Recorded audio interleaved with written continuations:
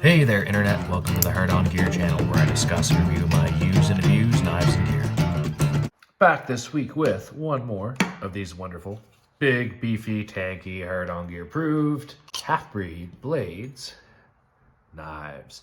Fixed blade, super thick fixed blade, D2 steel, reverse tanto, much like the one we reviewed last week, or I didn't really review, but did a quick overview and first impression and discussion. This one here is the CCK-something. I'll put the letters and numbers and all that stuff up on the screen while I'm talking. Right now, I'm sure it's up if you want to take a peek. But this is a knife that comes from Australia, or both of these knives rather come from Australia. Halfbreed Blades is a relatively small but super high quality, well finished, well put together knife company, production knife company, although these look like they have almost a bit of a semi-custom or custom feel to them. Yeah, they're a decent little company from the land of the Aussies. I'll put this big bad boy away. Check out that video from last week if you feel the need.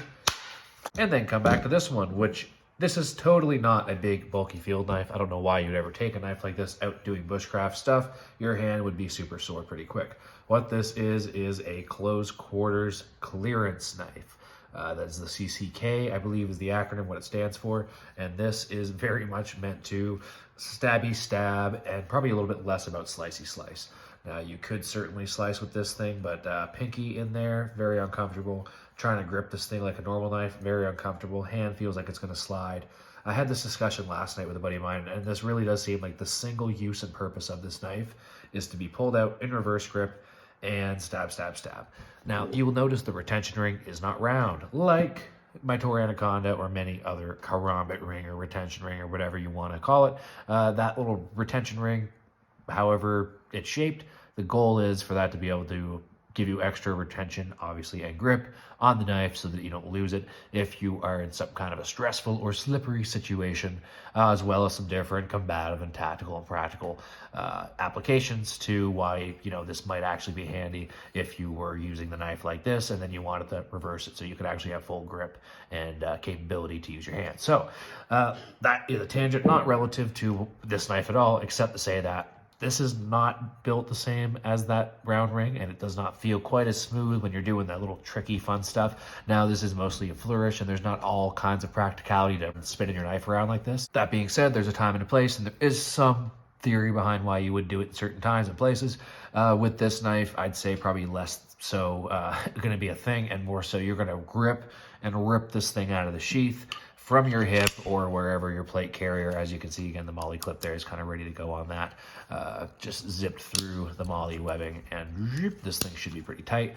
I had this on my belt, handle up, reverse grip, drawn, and kind of just testing it out for one day just to feel it out. It's a little bit thicker and a little bit bulkier than the Anaconda, weighs a little bit more than the Anaconda, and the handle, or rather the ring, is a little bit more noticeable on the hip. However, drew it a few times just to play around with it, and just to draw and pull, you get a very good feeling that, just like the Anaconda, once your finger's in that ring, there's really no chance of you missing the draw on this knife. And the thumb kind of does sit very nice in these grooves, and the way that this is designed, your finger sits in there with a little bit extra comfort than a round ring, same as the meat of your palm here. So I do see this as a single design of grip and rip and stab, stab, stab, stab, stab. I could be wrong, and there could be a bunch of other applications. Feel free, after you like this video, of course, to comment down below with all of your critiques and criticisms as to why I'm wrong about what I'm talking about, which is probably fine, and I probably am. But I do not see this being a practical EDC blade for a whole lot of other purposes. Is this a handy knife to have on your belt or any kind of a situation where you might be wanting to stab and penetrate through something? Sure. And now, of course, it's fresh on my mind because I had that conversation last night with a buddy of mine about this who had a pretty good point. Pretty much anything that you talk about when it comes to penetrating with a tanto or anything else, what are you talking about penetrating? Body armor, Kevlar, like you could probably penetrate soft armor. You're probably not going to penetrate like plates unless you're throwing this at somebody from a distance and you got a really good like Jason Johnson level throwing arm on you. But as a general rule, something smaller and a little bit more, I don't want to say aerodynamic, but something a little bit thinner that's going to slip in with less resistance is probably going to do a better job rather at stabbing than a thick beefy tanto blade. Tanto is well known for having a lot of penetration ability, and I know through a lot of different testing, people have shown the benefits of that and the benefits of the Tanto tip. Pros and cons to each of these knives and each of the tips and all that stuff. So it does come down to preference for a lot of it, but if you have any objective measurements that you want to share or video links you want to share, feel free to send them along as to why the Tanto might be that much better at penetrating. Like I said, I got in that discussion last night, and I really wasn't sure if I had a strong argument against that. Is it necessary to have something this thick and beefy when you could take some of this steel, thin it out towards the tip, and make this a little bit better for penetrating as opposed to just making it super overbuilt? Because there is no doubt about it. Halfbreed Blades has made it a priority of theirs to overbuild the living heck out of their knives. So there is zero question whether they'll last. And there's something to be said about that. And I'm a big fan of overbuilt to last kind of knives. I definitely will be getting a Halfbreed blade at some point because I'm really, really digging these knives. Would I get any of these, like these two particular knives here? Not necessarily, probably not my style. I'm not a big Tanto fan, and I'm not a big fan of like really crazy sawback stuff.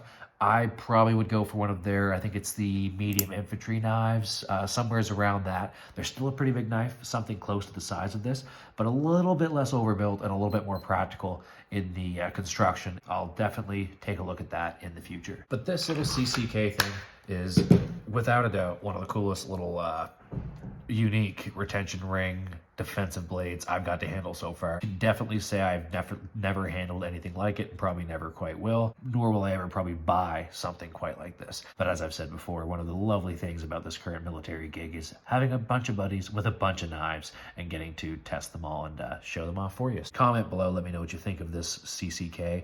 The overall specs and all that stuff I'll try and plug up here on the screen for you if you want to take a peek at that, because I haven't really looked too deeply into it. As far as what you're looking at here, you can see they've got that Teflon coating on the outside and G10 scales, very tiny ones on the outside of this full tang, very thick full tang blade.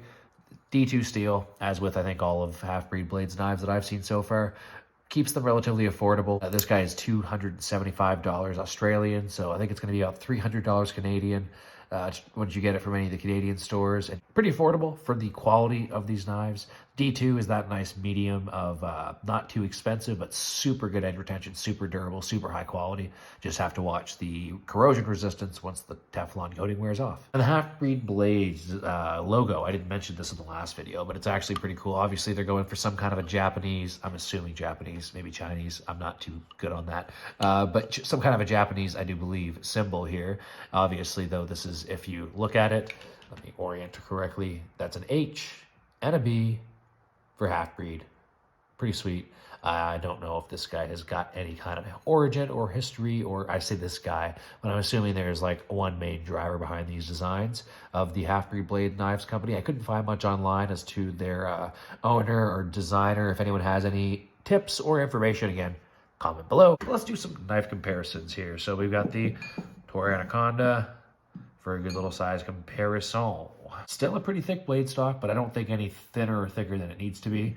Yeah, this is much more my style, and I'll put one other fixed blade out here, which I'm a big fan of. Might I even dare to say these two are my favorite fixed blades that I own, if not my favorite two knives that I own. But yeah, look at that. The Halfbreed CCK is that right in between the size of that one. I'm gonna swap those out and put those aside for the more Garberg and the Glock field knife.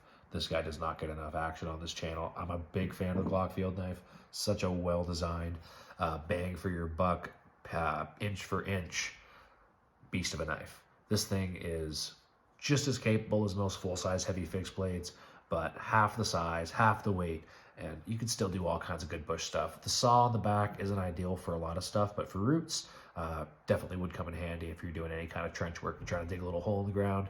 But yeah, very cool knife, Glock field knife. Twice as freaking long almost, though, as the CCK. I'll take you through some folders, starting with, any guesses? Yeah, you know what it is. Rat, Model 1, and the Model 2. You'll notice you don't see the stamping because I am left-handed, and the show side kind of gets ruined from those pocket clips if you're a believer of pocket clips ruining the show side. I don't really care that much. I think the pocket clips most of the time add to the visual and aesthetic appearance of the knife. Folders, folders, folders. Let's see some cold steel. Cold steel, code 4. Oh, similar color scheme, actually. Pretty damn close. Totally not the same color scheme, but a little bit more ninja-like in the Recon 1. Big bad, big brother of the code 4. 2 more cold steels. Why don't we take a look at the SR1 Light. Big old beast.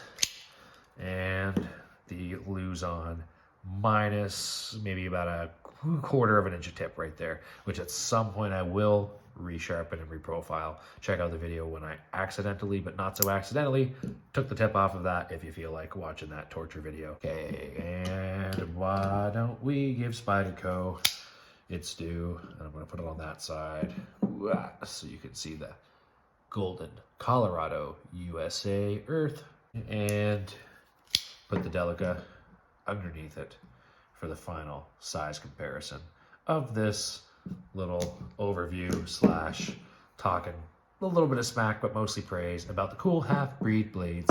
Well, aggressive as always. CQC knife. Thanks again, big guy, for lending me this and this for these videos. Always helpful to have some unique knives to mix things up on the channel. If you haven't already, feel free to hit the like button and subscribe, and bells and whistles and all that super cool stuff to help the channel out. Check over in the side panel or over at the Hog channel through the playlist to see what else the Hog channel has to offer. All kinds of different folding knives, fixed blades, and different categories of knife videos to suit most of your knife video needs. So check that out. See you on one of those or the next one. Hard on Gear channel, signing off.